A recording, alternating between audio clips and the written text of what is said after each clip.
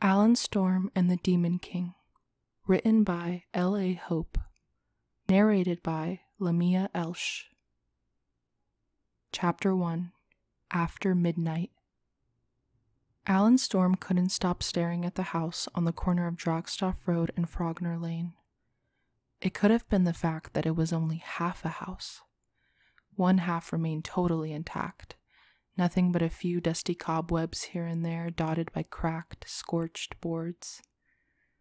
The occasional rusty shutter creaked in the wind, but the other half simply didn't exist, as if a giant had taken an axe, cleaved it in half, and bore it away. Strangest of all is that no one in the small town of Alzut seemed to notice. Had the gas main burst? Was it a fire inside that caused all the scorch marks on the outside? Why only half a house? Why didn't anyone care or talk about it? Then again, Alzut had always been a quaint little town on the southern coast of Wadenland, safe, ordinary, a suburban garden of familiar faces. Everyone knew everyone. No one asked questions because no one wanted to be the one to disturb the status quo. Which is why Alan walked past it almost every day and pretended not to see it.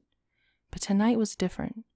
Tonight, he was with Jack, and he could tell Jack pretty much anything. The darkness of midnight cloaked the sleepy streets in deep shadows. Only the twinkling windows of the stave church in the town square gave off any light. The candles on the prayer altar were vigilantly kept by the priestesses at all hours, especially the darkest ones. Jack and Alan crouched under an old oak tree in City Park, spray cans clinking in Alan's shoulder bag. "What about the abandoned house?" Alan asked, nodding to it. "We could start painting there. It's perfect. Lots of untouched walls practically begging to be tagged. Could use a little color, you know?" Jack scratched the star-shaped freckle under his left eye. He squinted. "What house?" "Don't be dense," Alan said. "The abandoned house on the corner of Dragstaff and Frognar. The one that's half burned down or something." "I don't have the slightest what you're on about. There's nothing on that corner, mate." Alan's brow furrowed. "I'm not kidding." "Neither am I." They weren't so different, he and Jack. By sheer proxy, they had always been hard to tell apart.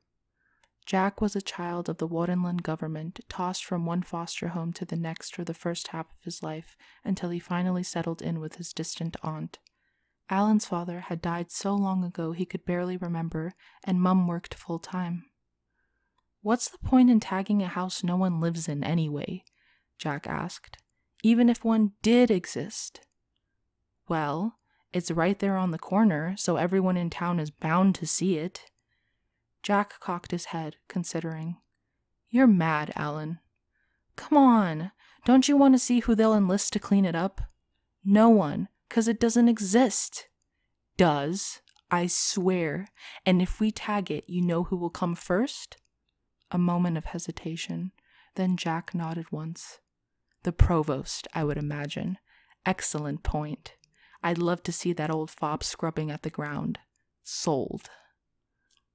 Alan led the way.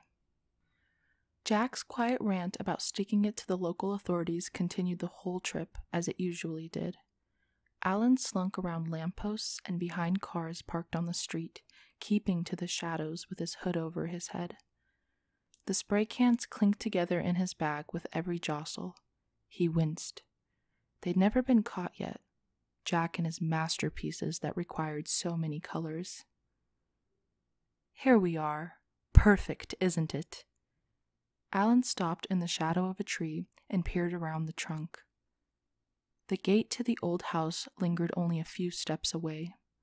Beyond it, the half-mansion stood like a familiar specter of death. Well, half-death. The gutted windows that remained appeared like empty eye sockets. For a moment, Alan felt a kinship with the creepy building. Nothing about it was normal. He knew the feeling. "What?" Jack asked. "What are you talking about, Alan? There's nothing here." The house. It's right there. Look. Calm down. There's nothing there. There's... Jack stopped. His mouth hung open like a paused yawn. Fine, Alan muttered. I'll show you. I'll spray paint the provost's name on it. Alan yanked a spray can from the bag and pushed through the rusty iron gate. Dry patches of grass littered the forgotten lawn, shuffling in a late breeze. Chills crept up his spine. He stepped foot onto the grass, muttering under his breath. Stop! The voice came from nowhere. Alan halted, breath hitched, and spun around. Jack stood at the edge of the property. Well, it was Jack, but not exactly Jack. A shadow had passed over him. Crimson hellfire burned in his eyes. When he opened his mouth again, a voice, not his own, echoed like a chorus of angry, evil spirits.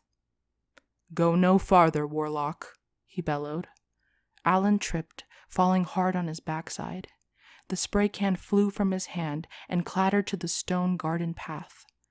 Jack lifted his arms in a fury, his jaw unhinged, mouth opening twice as wide as humanly possible.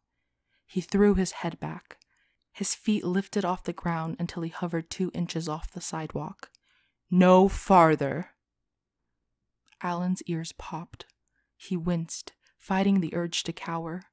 But it was Jack, even if it didn't seem like him. No way he'd let something that strange possess his friend. With a quick cry, Alan jumped to his feet and lunged for Jack. He pinned him to earth by the shoulders. Jack! What's happening? Jack's mouth snapped shut. The fire in his eyes ebbed away. He blinked, as if coming from a daze. A yawn threatened his lips. What's up, mate? He asked, with a hint of the devil that was normally there. You look like you saw a ghost or something. Why are you holding me? Are you trying to hug me? No. Alan pitched him away, scuttling back. I mean, no, you were... And your eyes, Where was everyone? After that ruckus, the neighborhood should be pouring into the street in slippers and old robes. Sirens should be hurtling toward them. Not a single soul filed onto the street complaining about the ruckus Jack had caused. He'd been yelling at the top of his lungs. You all right, mate? Jack asked. Weird night for you, isn't it?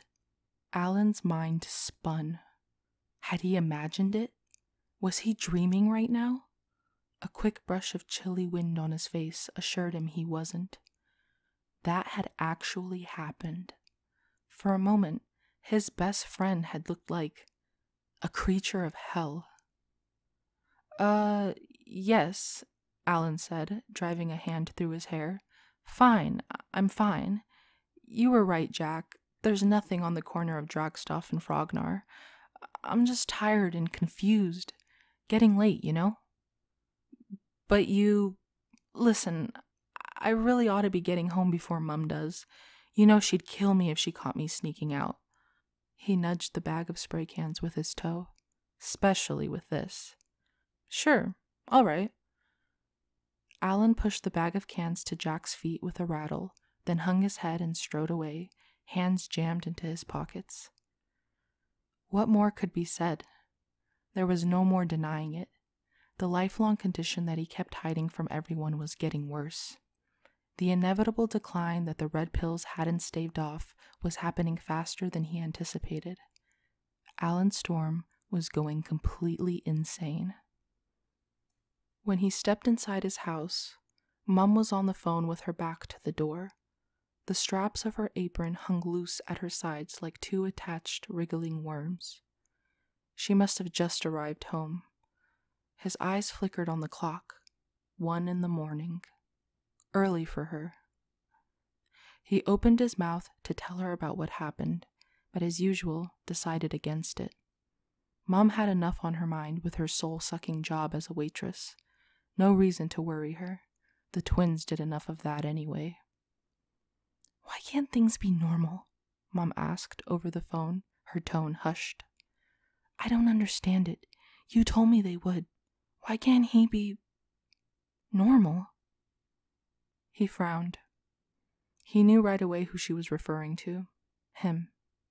Mom couldn't get over how not normal Alan has always been, despite his best efforts to hide it. Some called him moody, others called him cheerful. Some thought him dim-witted or clever, but no one ever said he was, by any means, normal. A red speck on the counter drew his gaze. He picked up the glittering oblong pill with the tips of his finger and studied it. Shouldn't be there. He was supposed to take it every day. Mom surely noticed he hadn't taken it by now. She might have been scatterbrained, trying to keep up with everything, but she never surrendered attention over the stupid pill. Tonight he thought of tossing it into the sink and washing it down, but stopped halfway there. That was irresponsible. Alan had to be responsible. He always had to be responsible.